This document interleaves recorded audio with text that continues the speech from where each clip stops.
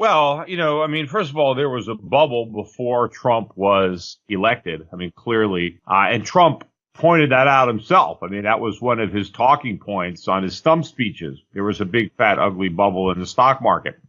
And if Trump wants to take credit for the bubble getting bigger, I would agree. I think that there has been a lot of optimism, a lot of enthusiasm among investors, and that has resulted in higher stock prices. But I think where Trump is getting into trouble is by claiming that the stock market going up is no longer a bubble, that now this is just a real bull market that reflects the improvement of the fundamentals since he's been elected. That's not the case. This is simply more air into the same bubble. And this bubble is going to burst. And I think, unfortunately, now that Trump has branded it, just like it was one of his buildings, he's put the big, Trump marker on it.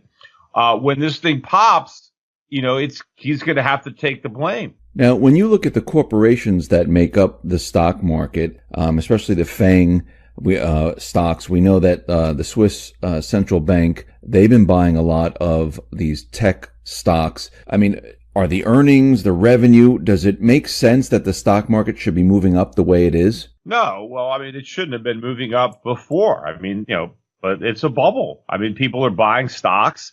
And, as long as more people are buying than selling, or the buyers are more, aggressive than the sellers, I mean, prices can keep going up. But we do know that eventually the process reverses. I mean, the bubble can only get so big. Eventually it finds a pin. The Federal Reserve has managed to inflate three bubbles, since 2000 or since the late 1990s. The first one popped in 2001. The next one popped in 2008. And we don't know when this one is going to pop, but it will. I think this is the biggest bubble the Fed has ever inflated. And so it's going to meet the same fate as the others. And if not, it's only because the dollar completely implodes, because the government decides that, that this bubble is too big to pop. And so they are just going to keep printing as much money as possible to prevent it. And so the dollar ends up collapsing instead. So we see the stock market, as we've been discussing, going up, and unemployment since the mid 2013, 2014, it started to decline. And in January of this year, it started to really decline. I think, what is it, like 4.1% or something like that? I mean, does it make any sense for the unemployment numbers to continually decline right now? Or are we really creating new and better jobs, full-time jobs? No, I mean, this trend, again, this is a trend that has been going on for a long time. And again, this is something that Donald Trump rightly criticized when he was a candidate for president. He talked about the phony unemployment numbers. He said it was the biggest fraud going. It was a complete con. The unemployment rate was much, much higher, 20, 30, 40, 50%. I mean, he was throwing out these huge numbers. And of course, all that's happened since Trump has been elected is that those same trends of falling unemployment that we experienced under Obama have continued under Trump. The only difference is now Trump brags about how low the unemployment is, and he takes credit for it. But, the reality is the unemployment rate is falling mainly because the workforce is shrinking. The number of Americans who are part of the workforce continues to fall. In fact, the most recent jobs report that we got, I think it was October, almost 1 million people left the labor force. It was the third largest monthly exodus from the labor force ever. Had nothing to do with the hurricanes, because the hurricanes were already over, and Puerto Rico isn't even included in these numbers. And the other reason that the unemployment rate is so low is because all these part-time jobs count as jobs. So people who have taken on part-time employment because they can't survive on their current job, or maybe they were not working and they were retired, and they take a part-time job. So now these people are considered employed. And even if you have one part-time job and you're still looking for another one, you're not considered unemployed. And that's the case for a lot of Americans today. They don't have real jobs. They have a part-time job. They're still looking for a real job. But the minute you accept any employment, even if it's 1 hour a week, you're no longer considered unemployed, even though, for all practical purposes, you are unemployed. So it's more a quirk of the way we keep track of the statistics. It is not, really endemic of a strong labor market. And, I think what is really more revealing is the fact that the labor force continues to shrink, and, younger and younger people keep leaving the labor force. I mean, the story is that, the labor force participation is shrinking because people are retiring. The baby boom is entering the retiring years. And the truth is that older workers, the labor force participation rates there are actually rising. Yeah, where you're seeing this big drop in people working is people in their 20s and 30s. And this is not a very healthy thing, that so many young Americans are just not even a part of the labor force, and therefore they're not unemployed. But they're not working. So why is the older generation, why is that rising right now with people who are maybe retiring? Why is these individuals getting jobs? Well, because they don't have the retirement savings to really make retirement impossible. Right? They didn't save enough when they were still working, and to the extent that they did save, the Fed has kept interest rates so low that they really can't earn any type of interest on their savings. Meanwhile, the cost of living, despite the government's claim that there's no inflation, the cost of living has been steadily rising. Particularly if you look at the costs of food and medical care and rent and insurance and, things that retired people buy, on a, just weekly, monthly, these costs have been going up, and, they don't have the means to pay. So a lot of people end up taking part-time jobs to fill in the gap in their income, between what they get on Social Security or what they had from retirement. It's just not adequate. And so more and more, older people are taking these part-time jobs. Now, I mean, they're continually telling us that, the job market is great. But when we look at retail, and this is a lot of part-time jobs in retail, we see retail, it's imploding on itself. I mean, Sears, JCPenney, Mattel came out saying that their earnings, revenue is not great. The sales of certain toys, not that great. Limited and many other businesses, they've gone bankrupt. Stores are closing. I see it around my town where different stores are shutting down. I mean, if all these stores are shutting down and we're losing these part-time positions, how are we adding to the job market while retail is struggling? Yeah, again, a lot of times when people used to have a full-time job and now they get two part-time jobs instead, the two part-time jobs count as two jobs, even though they're part-time. So we can totally be losing jobs. But if we end up creating more part-time jobs than the full-time jobs that get lost, statistically speaking, there's an addition of jobs, even though, people are working fewer hours. But yeah, I mean, you look at what's happening in retail, especially, brick and mortar, the companies are imploding. But interestingly enough, 1/3 of all the jobs created in October from the government's jobs report, 1/3 of them were waiters and bartenders. And, we already have record numbers of waiters and bartenders. And I think one of the reasons that we have so many people employed as waiters and bartenders is not that we have so many more waiters and bartenders. It's just that all the jobs are now part-time. So, many of these waiters are employed 3 times, right? So I'm working 3 times as a waiter. That counts as 3 jobs. If I have 3 15-hour gigs that I have, and so I've hobbled together a 45-hour week, I'm one waiter working 3 jobs. But the way the government reports it, it's like there's 3 waiter jobs there. So you would think there's 3 people working as waiters. There's only 1 person working as a waiter for 3 different employers. And this is a function of the way the workforce has changed in the wake of Obamacare, because Obamacare has imposed this requirement to provide insurance on workers who work more than 30 hours a week. So the way to get around it is to make sure that you employ people that work fewer than 30 hours. So that means that people have to have multiple employers in order to get around that requirement.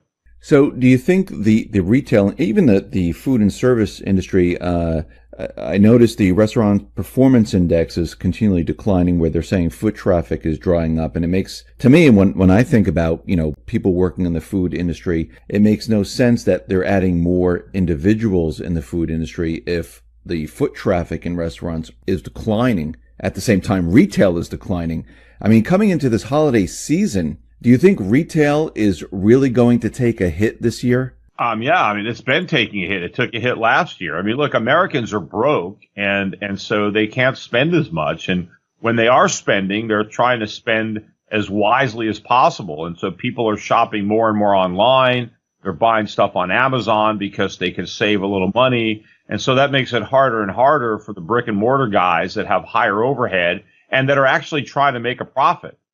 Amazon doesn't care if it sells products at a profit. But your average retailer, doesn't have that luxury. He's got to make a profit because he's got to pay his rent and he's got to pay his employees, and there's got to be something left over for him. So it is going to get harder and harder. And, intuitively, you would think, looking at the reports, I mean, people are eating out less often now because either, they're not employed. One of the reasons that a lot of times you eat in a restaurant is because you're at work. And so you go to a restaurant during your lunch break. But if you're not in the labor force, if you're just at home, you don't have to go out to have lunch. You could just have lunch at home.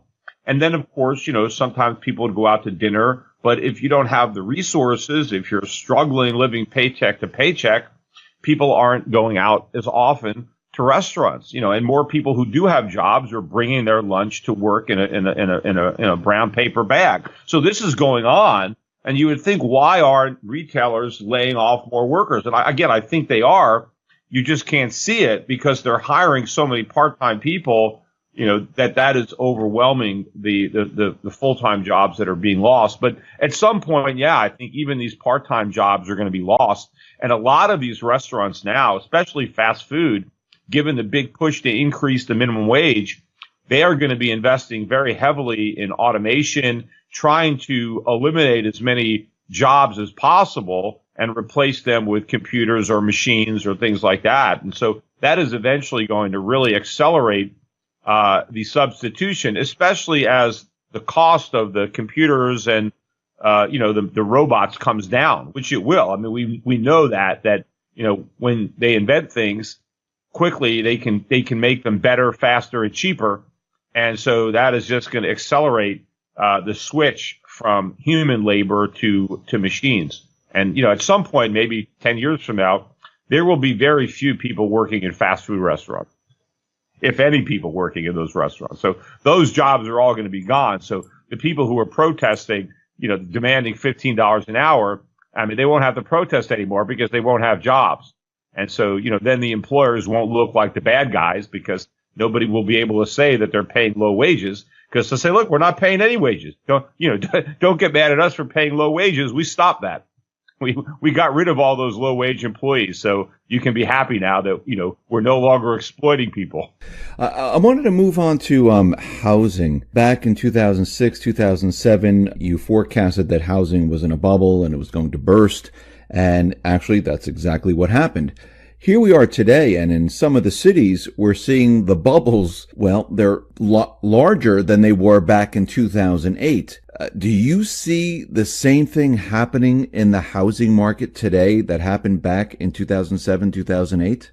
Well, it's not the same thing. It's history doesn't always repeat, but it rhymes. I mean, back in 2008, right, that was the era where individuals were just buying all kinds of houses and, zero down, liar's loans, teaser rates on arms. I mean, everybody was getting in on it, right? I mean, so that is not the situation today, right? You don't have the crazy speculation from the individual buyer. You don't have the school teacher married to a fireman, lying about their income and buying 3 houses and, believing they're just going to get rich. And we don't have all the home equity extractions going on year after year where people are using their homes as an ATM. So that's really not going on to that extent. I mean, it's going on, but to a much smaller degree than it was back then. But what is happening is you had a lot of institutional investors buy houses with all cash, with the idea that they would rent them out. So you do have a lot of hedge funds and private equity funds that have loaded up on huge portfolios of single-family homes. And I think they have competed with one another to bid up prices. So I think that you still have a situation where real estate remains very overvalued and unaffordable for the majority of Americans.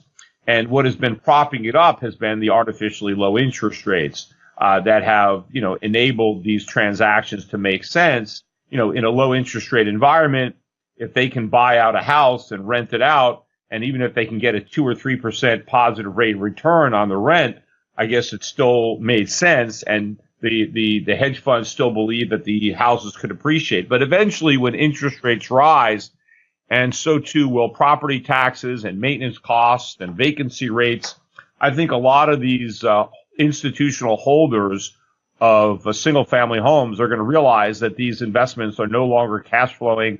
They may be a big drain on their cash flow, and I think a lot of these houses are going to come up for sale.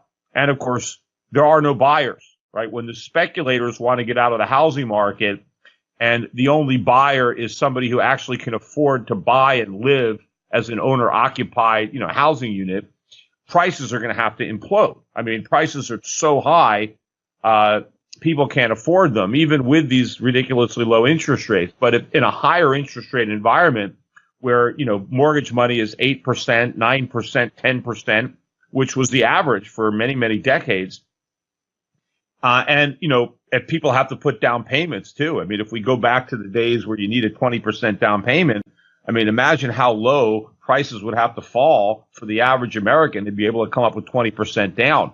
And of course, what they're even talking about doing now in either the House or the Senate, proposed tax changes, this will also hurt housing prices, because what these bills are going to do is they are going to either, remove some of the tax breaks associated with buying a home, or they will make it so a large number of home buyers wouldn't even qualify for the tax break anyway. And so part of the value of a home, when people go out and buy a house, embedded in the price of the house is the present value of their tax savings. The fact that houses were also tax shelters, that tax shelter was a component of the value of the house. Just like, does the house have a enclosed garage? Does it have a swimming pool? What are the bathrooms? I mean, the tax credits were part of the value that you bought when you bought the house. So to the extent that the tax deductions are no longer there, then real estate prices have to fall to make up for the fact that the buyer no longer gets those tax breaks. And so that can knock 10 to 15% off of home values, which could be a big deal. I mean, it's good if you're a buyer, right? Now you get to buy the house cheaper, but it's not good if you already own the house and that was your home equity.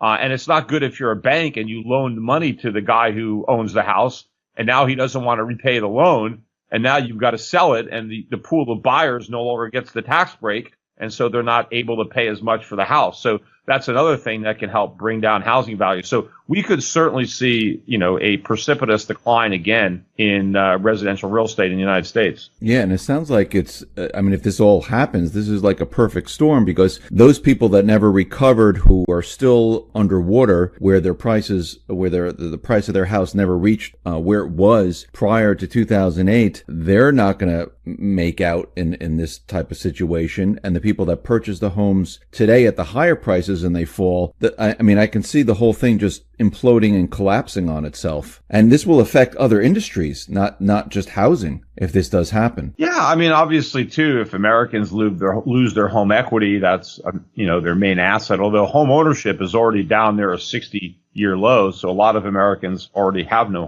homes anyway. But yeah, you're going to see more people. But yeah, there's a lot of occupations rather that are byproducts of the housing market, and so yeah, it's going to have ripple effects throughout the economy to the extent that you have a big slowdown in housing, you have a big slowdown in home construction. That's really going to take a hit. Obviously, building is going to stop for new homes, and so there's obviously a lot of jobs that are going to be lost there. and those are some higher paying type jobs, construction jobs.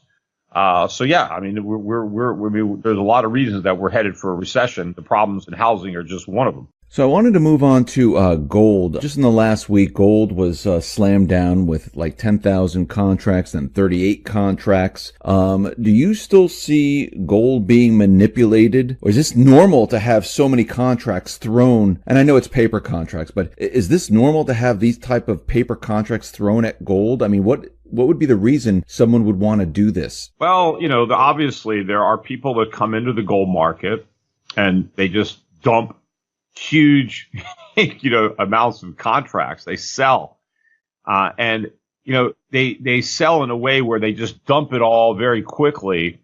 So it's obvious that the goal of the sell order is to knock the price down. See, if somebody was just legitimately trying to sell, their goal would be to sell at the highest possible price. They wouldn't want to impact the market, because you're trying to get the maximum from just the gold that you're selling.